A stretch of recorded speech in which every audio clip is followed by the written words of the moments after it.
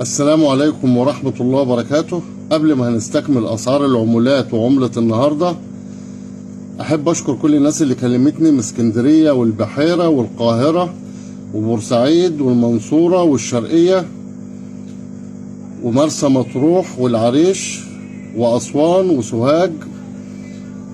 معذرة لو أنا نسيت اسم محافظات. كل سنة وحضراتكم طيبين بمناسبة أعياد شم النسيم. النهاردة هنتكلم عن عملة ال5 مليم اللي تم إصدارها سنة 1966. العملة دي فضة، مواصفاتها وجه النسر، والجهة المقابلة ليها 5 مليم، إصدار 1966. دي بيتراوح سعرها من 2000 ل 15000 جنيه على حسب الحالة والجودة بتاعت العملة.